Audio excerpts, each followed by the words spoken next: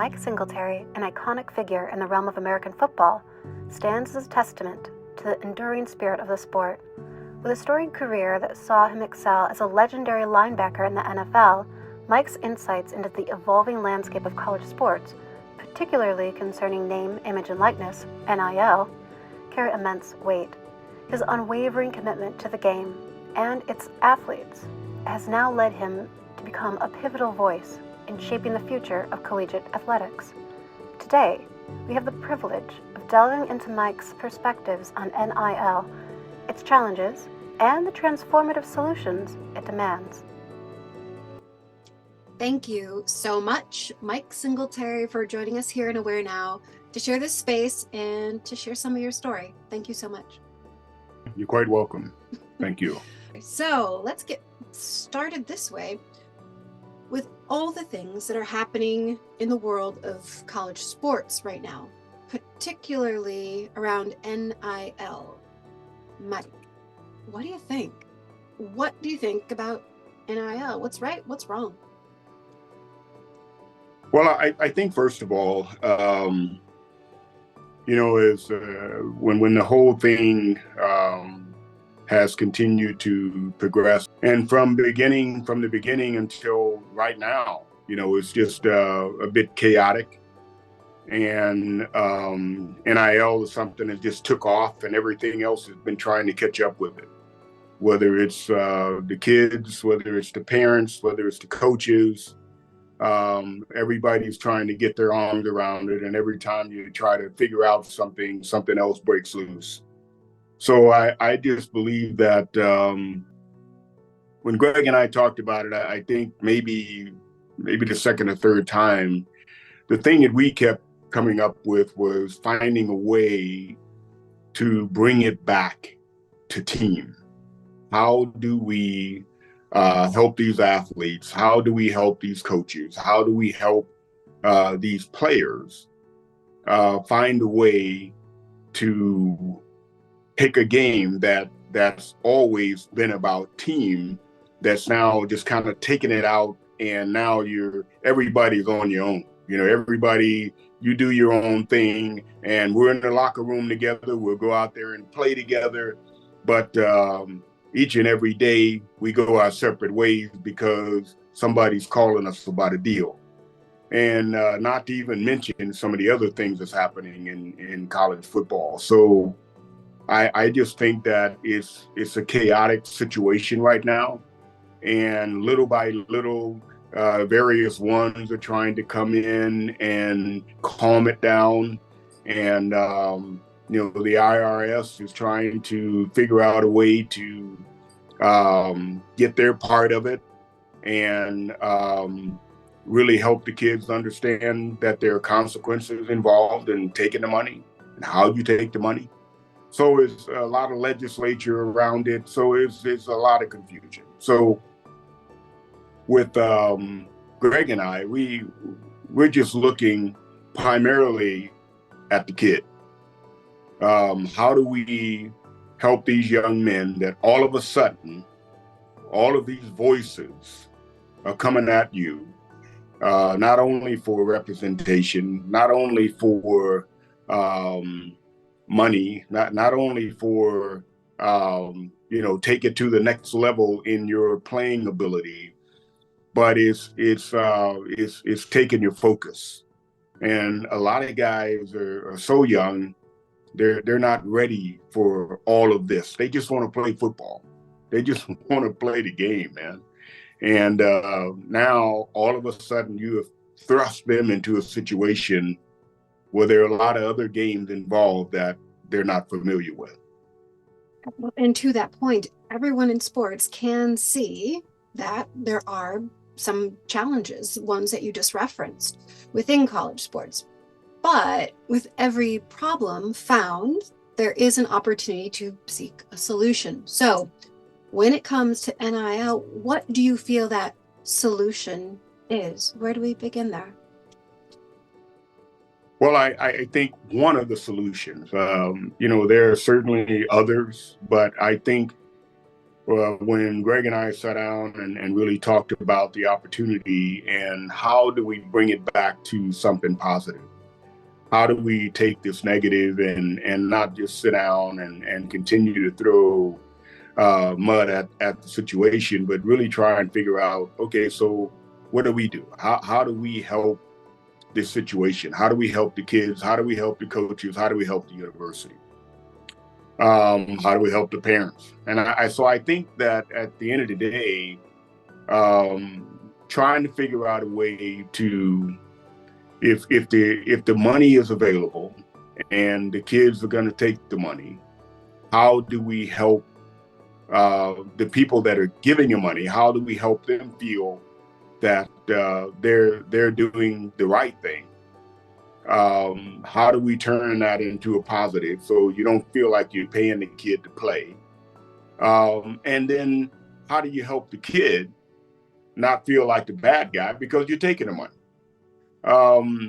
So for us, Team NILO is all about looking at the charities that are out there, and there are many of them. And so you're helping organizations help the kids. A lot of these kids are the same as I was when I was in school. You go to a tremendous university that has millions of dollars in endowments. They're making tons of money off of their sports, and particularly football, but other sports as well. And the athlete come and goes, may not get a degree, and he may have an NFL or basketball, NBA scholarship, or taking it to the next level, have an opportunity to play at the next level. But what if they don't? So everybody wins except the player. So the thing that Team NILO is really trying to do is help those players be able to win. And that is helping them understand the opportunity at hand. You've got an opportunity to make some money, but with this money, there's a responsibility. And that responsibility is to do good. And whether it's going to a classroom and reading a book, whether it's going to a classroom and teaching a group of students financial responsibility, whether it's going to a classroom and just reading, and allowing those young kids in that room to see, wow, this guy isn't just an athlete, he can read. He can really read. And, he's pretty sharp, or she's pretty sharp. And so it's giving the athlete an opportunity to get out of the university, and even get out of the classroom and get out there and see a little bit of the real world and how it really works.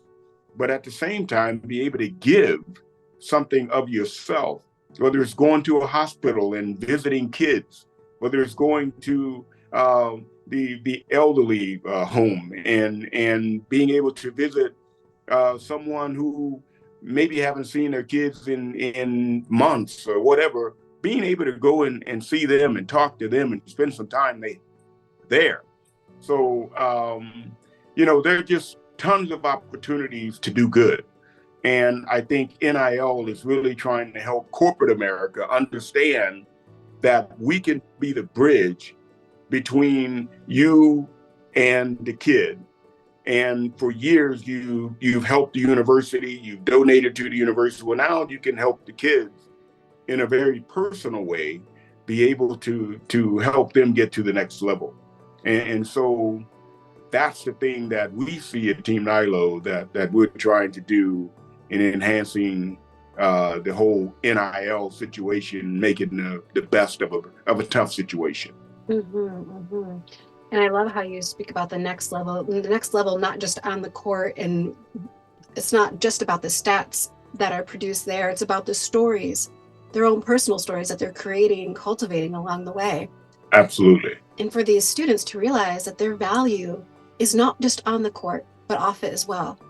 So the work that you're doing is awesome. And I'm so glad it's getting done.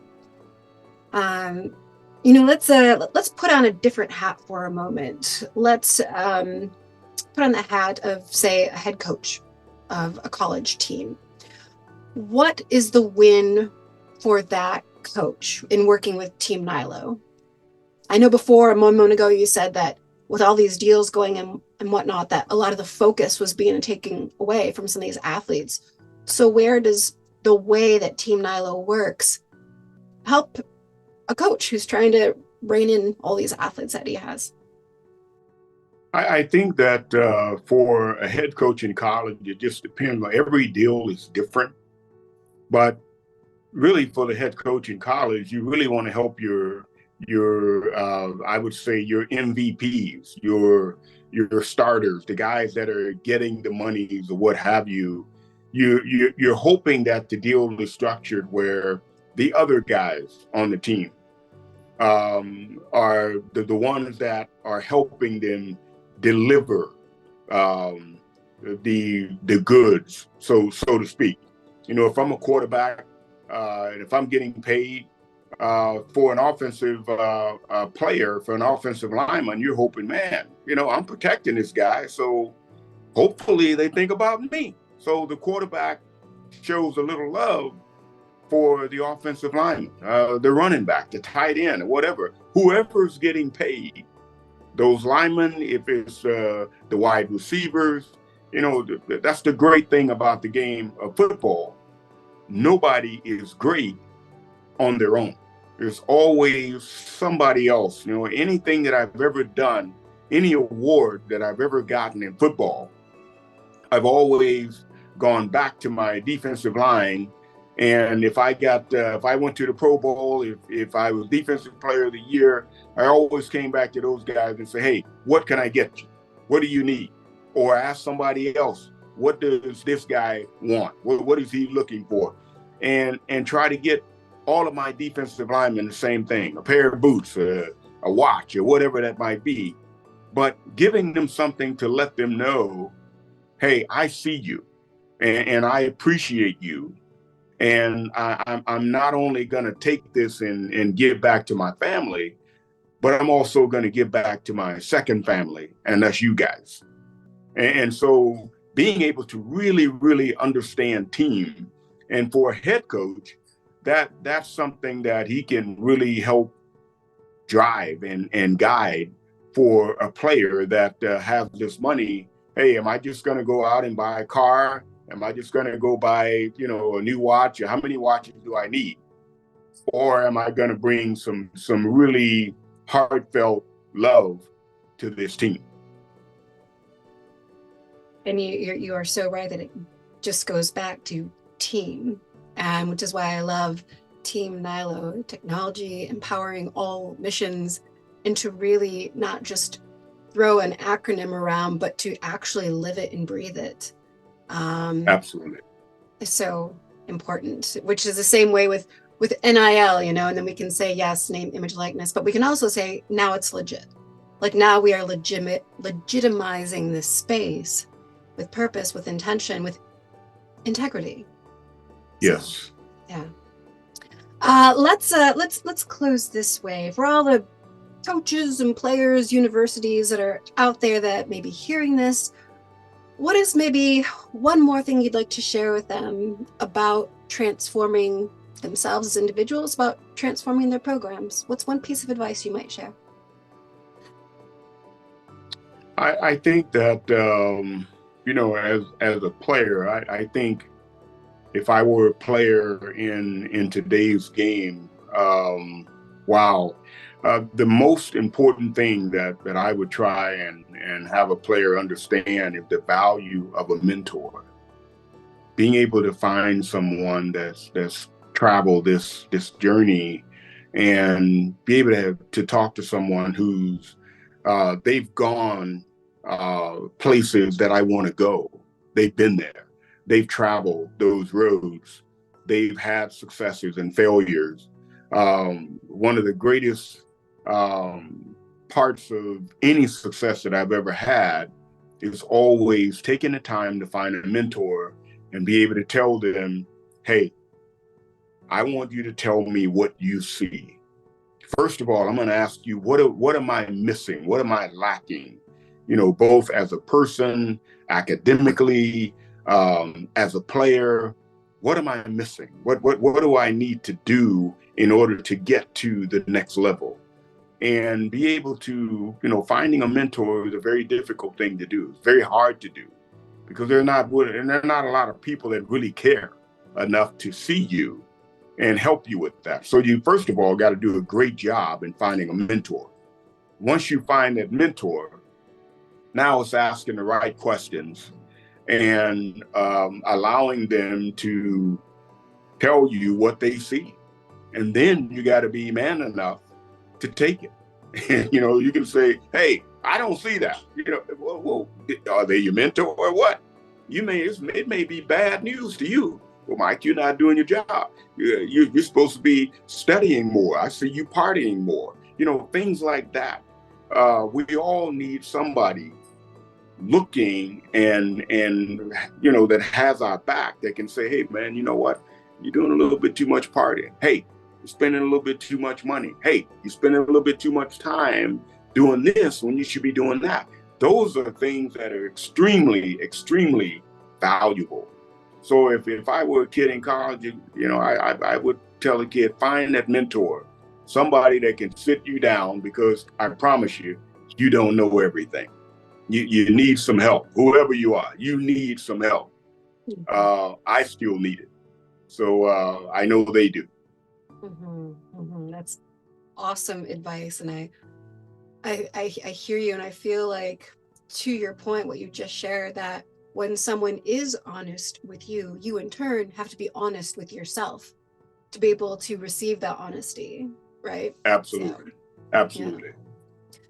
Thank you so much for taking this time, Mike, to share a bit of your story, a bit of your advice, how Team NIL is working to do things differently, and for helping all of us become a bit more aware now. Thank you so much. Thank you. Thank you very much.